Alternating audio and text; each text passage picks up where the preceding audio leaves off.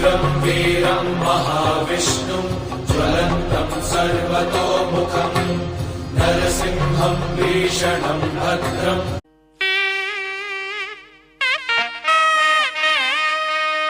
யாமறிந்த குடும்ப நண்பர்கள் அனைவருக்கும் வணக்கம். ஓம் வஜ்ரநகாய வித்மகே தீஷ்டதனுஷ்டாய தீமகி தன்னோ நரசிம்ம பிரசோதியாத். இதுக்கு முன்னாடி இந்த ஆண்களுக்கான திருமண தடை நீங்க அப்படின்ற ஒரு பதிவை கண்டிப்பா எல்லாரும் பார்த்துருப்பீங்க. அந்த தடை நீங்கன்ற அந்த பதிவை பார்த்த எல்லோருக்குமான இது ஒரு மற்றொரு பதிவு, அதனுடைய தொடர்ச்சின்னு கூட சொல்லிக்கலாம். அதுல 3 தெய்வத்துக்கு அம்மன், முருகர், அப்புறம் குரு பகவானோட வழிபாடு ஒரு மொத்தமா சொல்லியிருக்கோம். அதனுடைய சின்ன ஒரு பிரீஃப் தான், சின்ன வீடியோ தான். இதுல இப்ப நம்ம பார்க்க போறது அம்மன் வழிபாடு. அம்மன் வழிபாடு அப்படின்றது பாத்தீங்கன்னா எதுக்காக திருமண தடை ஏற்பட்டிருக்கு, அந்த மாதிரி சிலர் தெரியல அப்படின்னு இருக்கிறவங்களுக்கு இந்த வழிபாடு நீங்க கண்டினியூஸா செஞ்சாலே போறோம். இந்த வழிபாடு ஒரு மண்டலம், அதாவது 48 நாட்கள் செய்ய வேண்டும். உங்க வீட்டுக்கு அருகாமையில் உள்ள பத்ரகாளி அம்மன், பித்திங்கரா தேவி அல்லது வாராகி அம்மன், அவங்க தான் பிரதானமா இருக்கணும்னு அவசியம் இல்லை. அந்த கோவில் அவங்க பரிவாரமா இருந்தா கூட போதும்.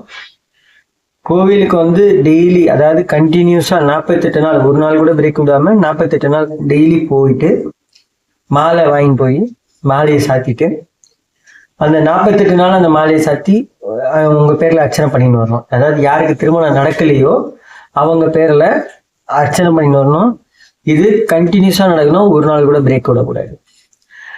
கல்யாணம் ஆகாதவங்க தான் செய்யணுமா அப்படின்னா அப்படி இல்லை. அவங்கள பெற்றோர்களும் இந்த பரிகாரத்தை செய்யலாம். நீங்க நிறைய பசங்க செய்யறது இல்லை, ஸோ அதனால அவங்களோட பெற்றோர்களும் இந்த பரிகாரத்தை செய்யலாம். அருகில் உள்ள அம்மன் கோயில், அதாவது உங்க அருகில் உள்ள அம்மன் கோயிலா இருக்கலாம், விநாயகர் கோயிலா இருக்கலாம், எந்த கோயிலா இருந்தாலும் அங்க பத்ரகாளி அம்மன் இருந்தாலும் சரி, பித்தியங்கரா தேவி இருந்தாலும் சரி, வாராகி அம்மன் இருந்தாலும் சரி, இவங்க 3 பேர்ல யாராவது ஒருத்தர் இருந்தா கூட போதும். அவங்களுக்கு டெய்லி மாலை சாத்தி அர்ச்சனை பண்ணிடுவாங்க.